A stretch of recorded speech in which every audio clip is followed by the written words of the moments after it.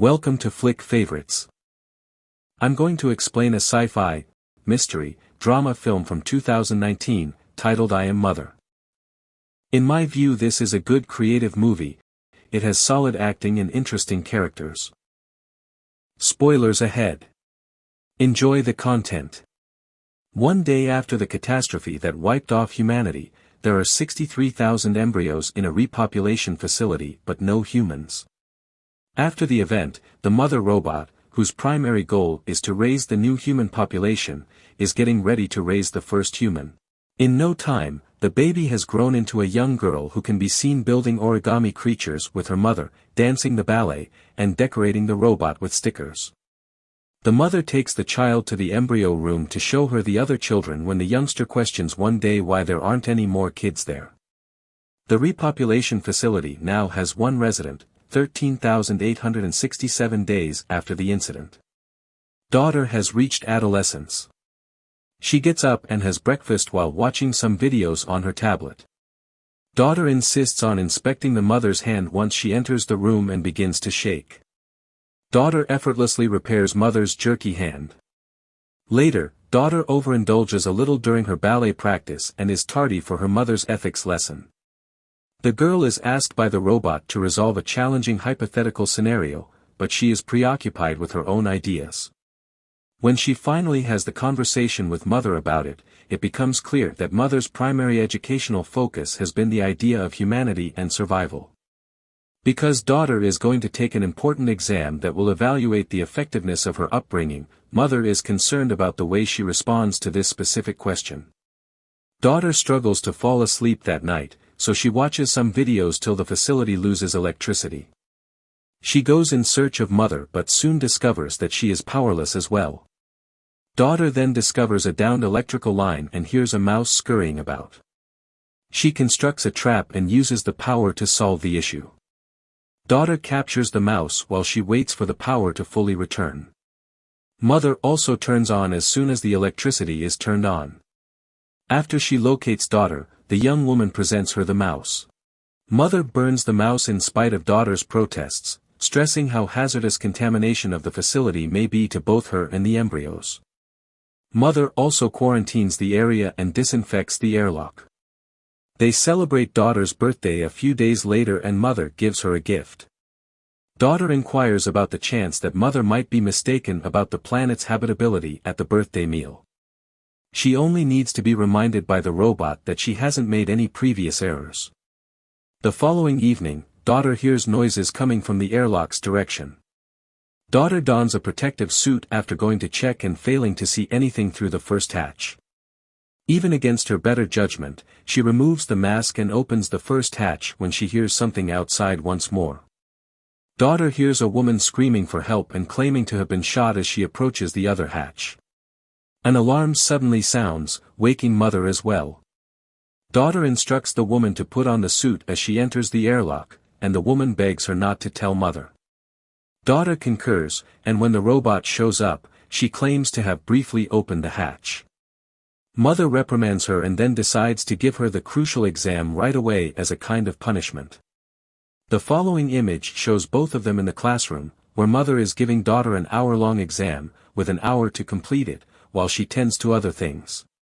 When daughter returns to the airlock after mother has left, she discovers the woman is unconscious. She searches her luggage for a gun, tucks it away, and wakes the woman up. Daughter assures her that she will provide all the medication needed, but they must leave.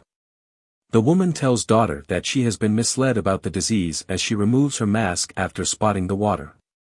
Before mother returns to the airlock and leaves the woman there to obtain the medication, daughter manages to conceal her away in another area of the institution. Mother locates the mask next to the airlock while she gathers everything she needs from the hospital. When she hears her mother walking by, the daughter breaks one of the prescription bottles and cuts herself on it. When the woman takes off the rest of the suit, she discovers mother panicking and looking for her gun as she watches the mask being burned in the incinerator. When daughter returns, the woman creeps up on her and demands her gun while relating what she saw of the robot.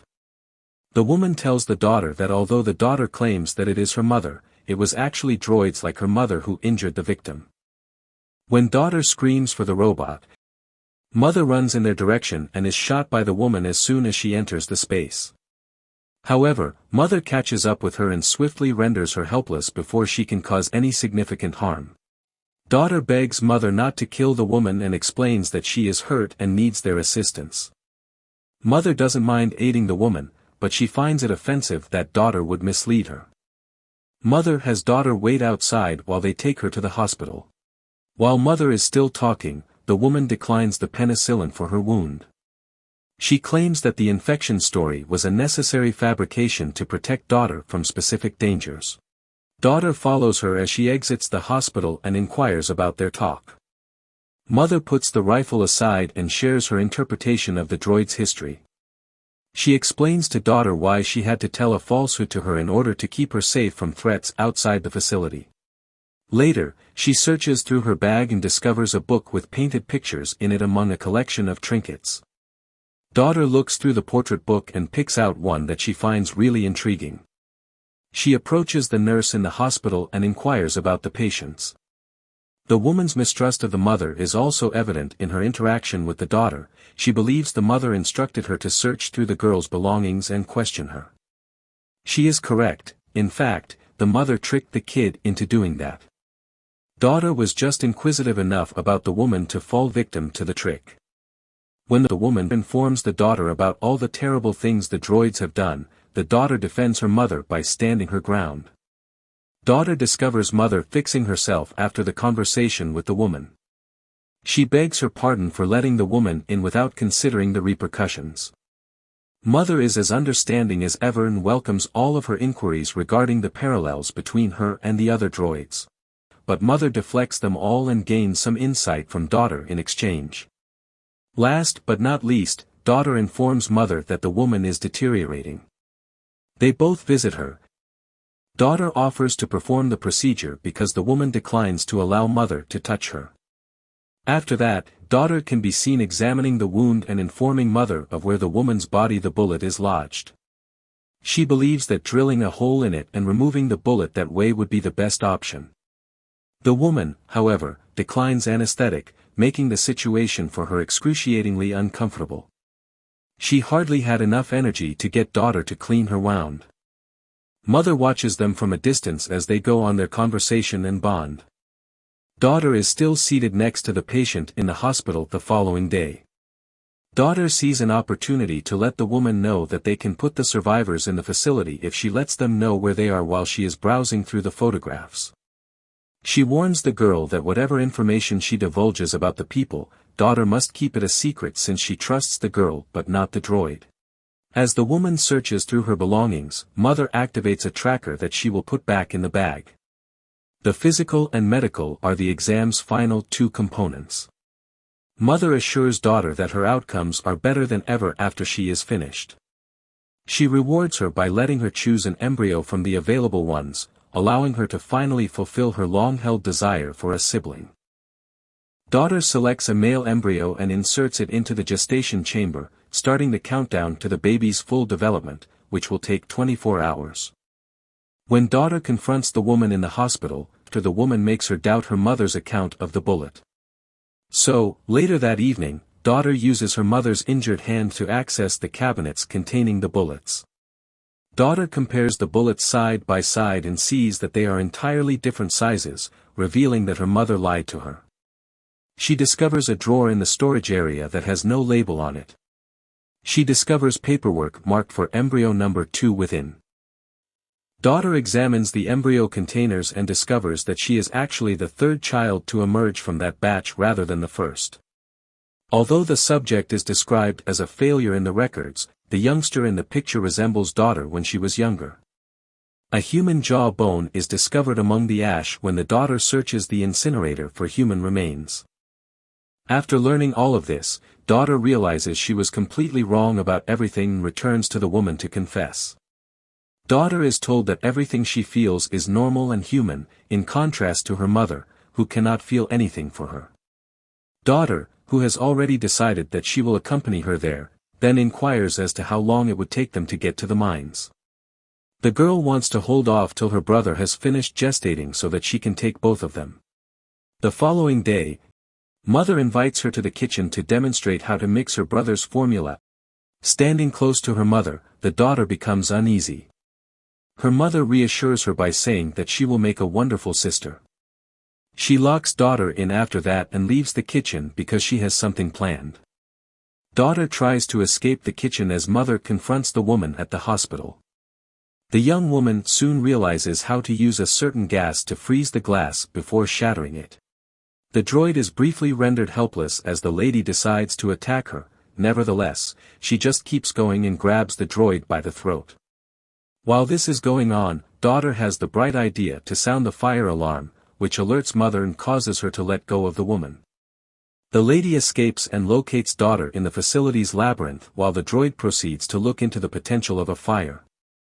She persuades the girl that if they flee the facility right away and recruit assistance from the mining workers, they will return for the others. They are promptly followed by the droids as they make their way to their objective, but they hide in the cornfield to deter them. When the mother's daughter inquires about the cornfield, the woman replies that it appeared along with the other droid 6 months earlier. People could hardly breathe before then. They arrive on a beach with a huge shipwreck and tons of cargo containers after a protracted voyage across the bleak environment. Daughter has never before seen the ocean.